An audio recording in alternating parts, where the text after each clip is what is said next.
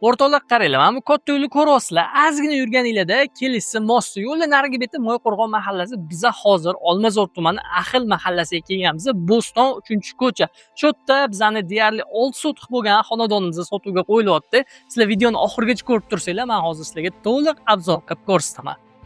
Kirish darvozaxonasi o'rtoqlar ko'rishingiz mumkin. Darvozaxonadan kirganinglarda tepalari yopilgan mana shunaqangi navisli xonadonlar sizlarni kutib oladi. Ikki yon tomonimizda ham binolar qilib ketilgan. Bu yoqda 2 qavat, mana bu tomonimizda bo'lsa yana 1 qavatli bino. Buni ichlarini hozir sizlar bilan ko'rib chiqamiz.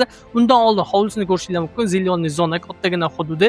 Burchakda bo'lsa tashqi hovli uchun hojatxona, sanuzildagi joylar qoldirib ketilgan. Ana endi sizlar bilan bu yoq tomon ichkarilarni ko'rib chiqamiz.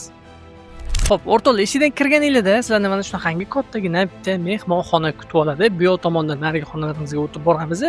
Bu yerda yotoqxonasi bor, o'zini alohida sanuzillari bilan. Ana endi sizlar bilan bu yoq tomongi binolarimizning ichki qismini ko'rib chiqamiz. Eshikdan kirganinglarda sizlarni mana shunaqangi kattagina ayvon qismi kutib oladi. Bu yog'i o'zini razmeri ham 360 ga 16 metr tashkil qilar ekan. Gap so'z bo'lishi mumkin emas. Eshikdan kirganinglarda o'ngda birinchi bo'lib sizlarni mehmonxona kutib oladi. Mehmonxonamizni ham kattagina keng qilib ishlab qo'yishgan. O'zini mebellari bilan birgalikda bu yoq tomonimizda bizga bitta родительский spalnimiz tushyapti.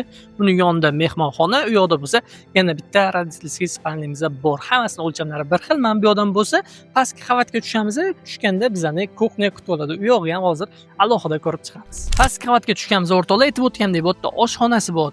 Mana bu yoq tomonda bo'lsa o'tirib ovqatlanadigan zonasi. Xo'p, o'rtoqlar, tepada ko'rganinglar kattagina 16 metrli zal, pastda ham xuddi shunisi takrorlangan, nari yo'q davom etib ketadi. Xonalar ham xuddi shunaqa, ya'ni 3 ta yotoqxona, mehmonxonalari joylashyapti. Nari yoq burchida bo'lsa kattagina yana bitta mehmonxona. Mana bu yoqda sanuzel, kotelnilar bor. Bu yoq tomonda yana xonamizga kirsak bo'ladi.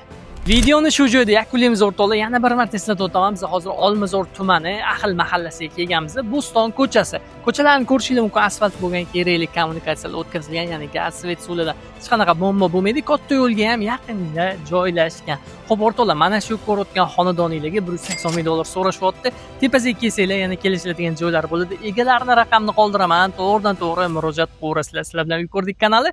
Bizdan uzoqlashmanglar.